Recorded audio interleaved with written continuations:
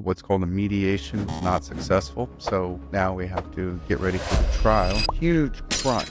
It's like studying for a final exam because the jury expects you. They expect you to know the case. They expect you to be able to answer their questions. And they expect you to be able to do it all smoothly. So here we are, the end of another week. Yay. Being an attorney, they say it's all supposed to be big stuff.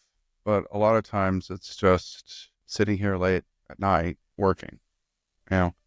You see us on the movies, you see us on TV, you see me in my ads when I'm dressed up in a suit. And, that's what is expected of me. When I have to put in the time, I'm rocking just a t-shirt. And that's what we're doing here on a Friday night. What's called a mediation was not successful. So now we have to get ready for the trial, which is going to occur in 1 week. And so that's when we basically work nonstop, 16, 20-hour days to prepare for trial. It's kind of like this huge crunch. It's like studying for a final exam because, the jury expects you. They expect you to know the case. They expect you to be able to answer their questions. And they expect you to be able to do it all smoothly. Proficiency with a little pizzazz, as they said in the musical. Give him the old razzle dazzle.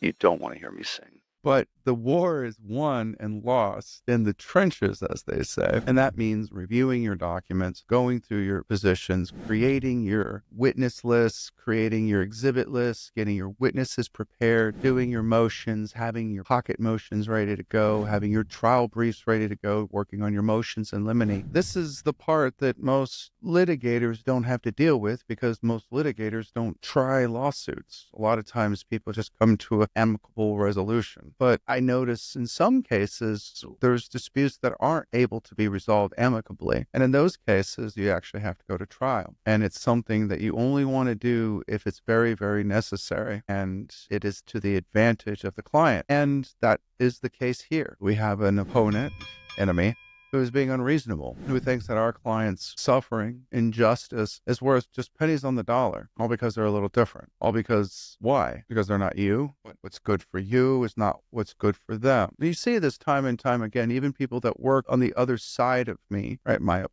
opposing counsel have hired me, confidentially, of course, to help them. Because everybody at the end of the day knows that the insurance company is screwing people. If people are hurt, people should be taken care of. That's the game. That's not the game that the insurance company's playing. They're playing the con where you believe that in your time of need, you're going to help, but they have the system rigged that you're not going to get that. You're going to get endless calls, mazes of voicemails and emails, sometimes faxes and paperwork you don't understand. And then when they finally strung you out as long as they can, they tell you denied, and your only recourse is to go court, where they defend the lawsuit because it is cheaper to defend the lawsuit than it is to pay you. So they delay, they deny, and they defend because it's just a math problem. If they can make more money doing that after paying their attorneys than they would if they did the right thing, they will do that. The board or corporation has one goal and one operation by law. By law, they're not allowed to violate. They have to try to get the most money